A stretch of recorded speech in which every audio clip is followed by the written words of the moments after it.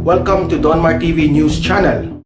During the Agri 2022 online forum, presidential aspirant Ferdinand Bongbong Marcos lamented the impact of rice importation on local farmers. He said while rice importation can aid in times of crisis, such a move ravages local agriculture. I understand that during the crisis, during the pandemic, that our government decided to use importations to maintain the price of rice. Okay, that's been effective. The problem with importation and the rice tarification law is that it ravages the local agri. Presidential hopeful Manila Mayor Isko Moreno said he is looking to adopt President Rodrigo Duterte as a guest candidate of Action Democratico alongside his three-man senatorial slate. Moreno said he will personally vote for President Duterte. I'm going to vote for him personally and I'm going to endorse him hopefully kung papayag siya. I'll be honored. I'll be humbled and honored na umuha si Pangulong Duterte. Nakuha ko nga siyang iboto, hindi ko pa ba siya makuha ang i-adapt. Moreno is now in Cebu to meet his supporters. Vice President Leni Robredo today visited Baguio City and graced the flag raising ceremony.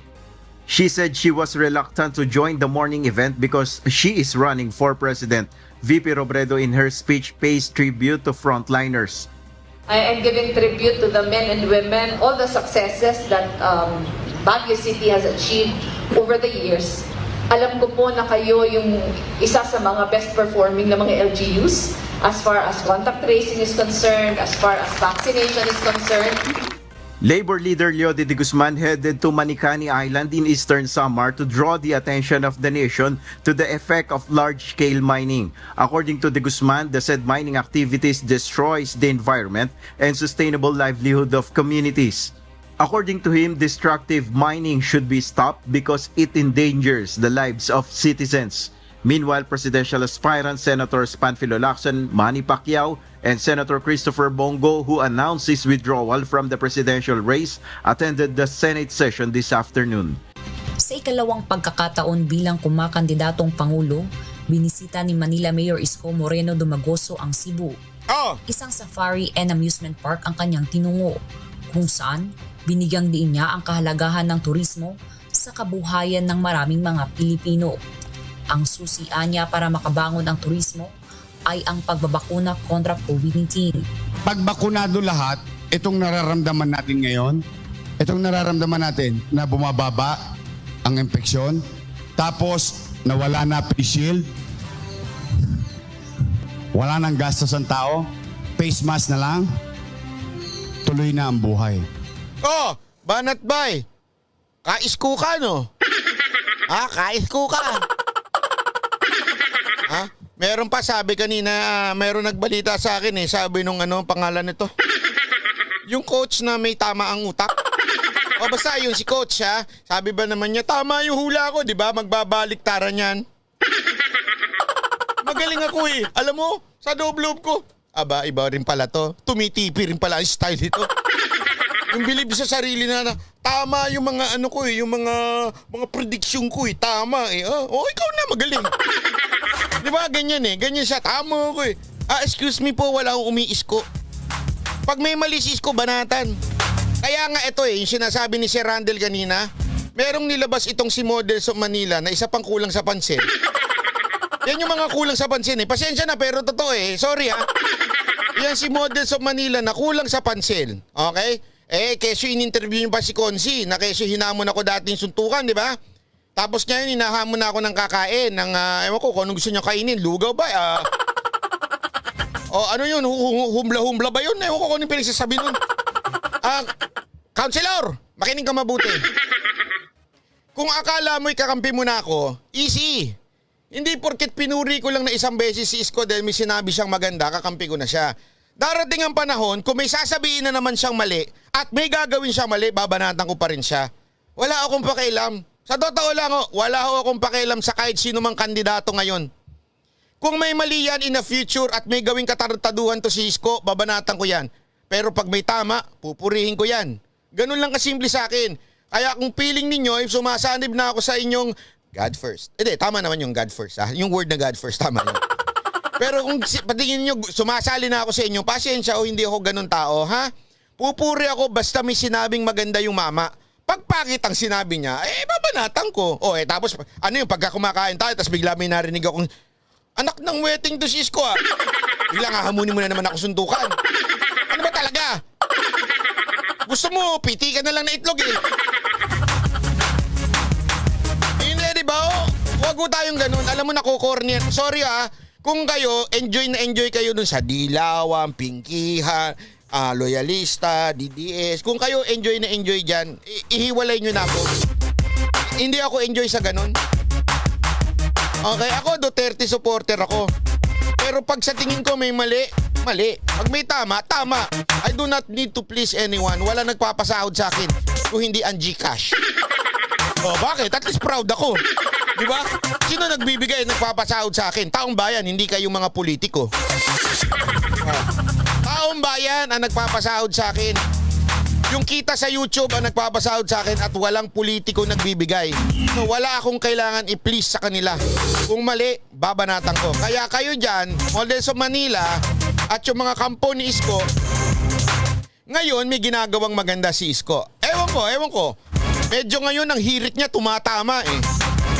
Hindi ko alam kung sumisip-sip lang siya kay Pangulong Duterte. Pero maganda mga hirit niya ngayon. Di pupurihin natin pag maganda. Pag pangit yan in the future, papanatang huli yan. Kasi ngayon, eto, makinig kayo. Sinasabi nila ngayon sinasabi nila, Banat Bay, bakit mo binabanatan tong lintik na rally ni BBM? Paano kung iba na nag-rally? Di babanatan ko din. Ganun lang kasimple yun. Bakit? Ano akala nyo sa akin? Hindi ko babanatan dahil kandidato ko? Pag may mali, babanatan ko rin. Sorry halimbawa, yung sa Comelec, ngayon nagpupunta yung mga tao doon. Kasi ayaw nilang mag-ano si Senator Go. Ako, sa loob-loob ko, pwedeng tama yon. Okay yon, maganda yon. Pero kung ako mag-aaya pa ako ng tao, puntahan tayo, lahat tayo, kayo. Hindi ako pupunta doon, di nawala na naman ng social distancing. Sorry pero I disagree. I have my own ways I think to convince Senator Go na not to withdraw.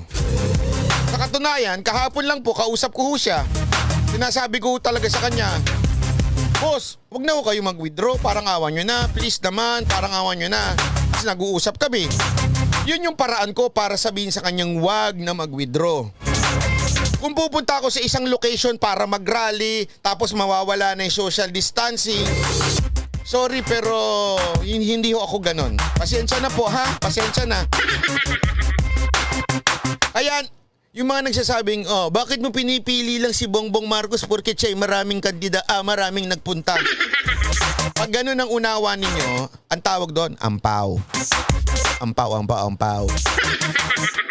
Kitang-kita naman sa larawang Tingnan nyo nga yan. Ito yung sinasabi ko eh. Ito, makinig kayo Makinig kayo mabuti. Ang argumento nitong mga tanso na ito, number 1, argumento nila, bakunado naman na lahat na eh. Yan yung mga taong hindi nakakaintindi ng ano ibig sabihin ng bakuna. Bakuna will not prevent you for having COVID. How many times explain sa inyo ng doktor yan at hindi kayo nakikinig? You will still have COVID kahit na bakunahan kayo. Anong purpose ng bakuna? Para hindi lang kayo ma-ospital. Para mabawasan yung chances ng matigok o kaya ma-ospital ng grabe. Yun ang dahilan ng bakuna. But it doesn't mean pwede na tayo magganyan. Okay? Dahil unang-una nga, ngayon pumapasok yung Omicron na yan. Tapos ganito tayo, para tayong mga tanga. J. Rubio Studio, maraming salamat. Totoo. Tapos sinabi ko nga galit na galit tayo nung kay Angel Oxino nag-rally. Galit na galit tayo nung sa pantry community. Galit na galit tayo nung pag meron nagpipilang mahaba-haba. Tapos ganito, hindi tayo galit. Alam mo, sagot nila, bakunado na ngayon. Sige, sagutin din kita sa same argument mo. Yun, ilan lang ang tao nun, galit na tayo. Eto, ilan ang tao, hindi pa tayo galit. Yung ratio nun, ano kaya? Mag-isip kayo. Bobo lang. Ilan lang ang ratio nun, galit na tayo. It's COVID spreader yan. Tapos nung nag-rally ng ganito kadami, sobrang dami. Okay lang yan, bakunado na kami lahat eh. Bunggong ba kayo? Hindi magtanggal na rin kayo ng mask kung ganon. Kasi yung palusot eh. Halata nagpapalusot. Ngayon, pag maganyan si Isko, maganyan si Senator Go, o kung sino mang politikong maganyan, magagalit din ako, maiinis din ako at pagsasabihin ko, please, be responsible candidate. Maging responsable naman ho kayo. Alam mo kung ano tawag mo sa mga ganitong kandidato? Pasensya na, huwag kayo magagalit ha. Aside from irresponsible, walang pagmamahal sa inyo yung ganyang klaseng kandidato. Bakit? Sila ligtas eh. May pera silang pang ospital. May pera sila lahat kung anong gusto, kung may mangyaring COVID sa kanila. Eh yung mga tao na nandyan, hindi naman yung lahat dyan may pang ospital. Anong gusto nyo? Aasa na naman sa gobyerno. Pag nawalan ng trabaho, aasa na naman sa ayuda. Buti na lang may malasakit center. Sabi ko nga sa inyo, baligtarin nyo eh. Baligtarin natin. Pustahan ko sa inyo, baligtarin natin usapan. Nung si Pacquiao nagaganyan. Di ba puna tayo ng puna? Oh, di naman si Pacquiao. Ito mo, di pa nagmamasko. Ito mo naman, spreader talaga si Pacquiao. Spreader. Oh, di ba? Galit na galit tayo, nag-i-spread sila. Tandaan nyo si Pacquiao. Ngayon na yan itong campaign period na yan, bakunado na yan. Galit na galit tayo nung ginawa ni Pacquiao yan. Pero ngayon, galit tayo hindi. Hindi ba? Not ba? Iba naman usapan pag si BBM. There's an exemption in every rule. Di ba? Napaka-plastic. Ano ba? Nalunok nyo ba yung face shield nyo?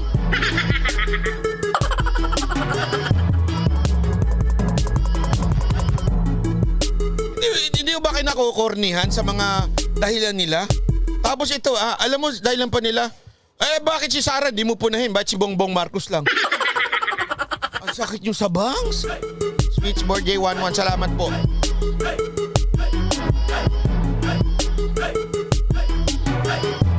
Oh, sabi nito isa. Ito, kita mo, ang ganda nun. Tinan mo, dito pala makikita mo na kung hanggang saan ang level ng utak ng mga tanso. Sabi dito, Banat Bay, palitan mo na si Duque, ang galing mo. Yung ayuda sa tax naman, galing yan, hindi na sa'yo. So, porket galing sa iba yung ayuda ng tax, hindi ko na pwedeng ireklamo? Ano ba yun? Would it be, hindi ko lang sabi English eh. Magiging tama ba dahil hindi sa akin galing yung tax at galing sa iba? Magiging tama ba ang mali? Isip nga kayo. Alam mo, sa totoo lang, kasi sarado na ho isip ninyo. Yan ho ang totoo. You are blind supporter. Yan ho ang totoo. Alam nyo sa puso nyo alam nyo, kalkalin nyo yung mga puso at isipan ninyo. Alam nyo sa puso at isipan ninyo na there is something wrong with this kind of campaign in the middle of pandemic. Remember, we are still in the middle of pandemic. Huwag nyong gayahin yung ibang bansa sa atin. Iba yung health system nila dun sa atin. Hagi ng kampo ni dati Paano ko si Bongo ganyan kadaming tao? Di pupunahin ko rin. Ano kala mo? June Pates. Sabi ko sa iyo, at hindi ko lang pupunahin, iti-text ko pa. Sir, wag naman ganyan. Kawawa yung tao. Alam mo, pag kita mo nag-i-event sila Bongo, may upuan. Eto wala eh. Kaya nga may upuan doon para meron social distancing. Oo, may mga nakikita ka nakatayo, mga media, mga social media vlogger o whatsoever. Pero may upuan doon para yung participation ng tao. Diba? At kung gawin man ni Senator Go yan, magsasalita ho rin ako. Na Senator Go, wag nyo naman maging irresponsableng kandidato. Kawawa ho kababayan natin. Kaya excuse me po, wag ako. Senador Ferdinand Bongbong Marcos ang pagdagsa ng libo-libong mga taga-suporta. Ang sagot pa nila, inggit ka lang, Banat Bay. Bakit? Kandidato ho ba ako? Excuse me po. Hindi ho ako kandidato na kailangan mainggit kay Bongbong Marcos. At kung manalo man si Bongbong Marcos, tuloy pa rin ang buhay ko. Kung manalo man yan at manalo man yung kanyang team, walang problema sa akin. Hindi may Tuloy-tuloy pa lang yung live stream ko. May bago pa tayong programa. Naku, maghanda kayo sa magandang bagong programa natin. Mabibigay tayo ng limpak-limpak na salamin. Easy lang kayo. Medyo inaayos na. Meeting-meeting pa eh. Kasi it's going to be a production. Naks ng... as in production yun. Nandun, kakausapin natin yung mga tutulungan natin. Bibigyan natin ng mga salasalapi. Antay lang kayo. Tuloy-tuloy pa. Sa pagbisita niya sa San Juan City, Nueva Ecija kahapon. Mainit ring tinanggap ng mga taga Valencia City sa Bukidnon ang anak niyang si Alexander Marcos. Ayun o, tinan mo, ano ba ito? Nagko-concert? Hoy, Jake! Tama na yung concert mo!